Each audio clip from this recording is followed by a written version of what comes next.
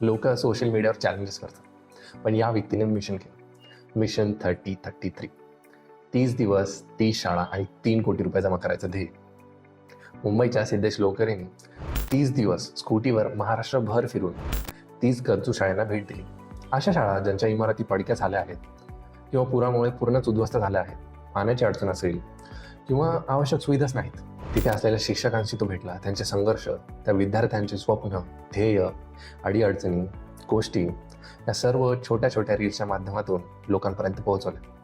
आणि त्याच्या याच प्रयत्नातून मात्र 30 दिवसात 3 कोटी रुपये त्यांनी जमा केले. त्याच्या मिशनचा दुसरा टप्पा म्हणजेच पहिल्या 2 शाळेचं काम सुरू देखील झालं आहे.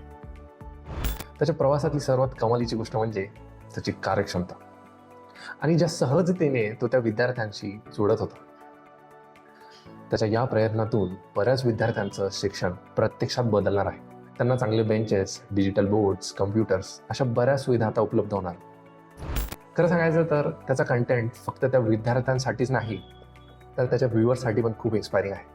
मीही त्यातलाच एक.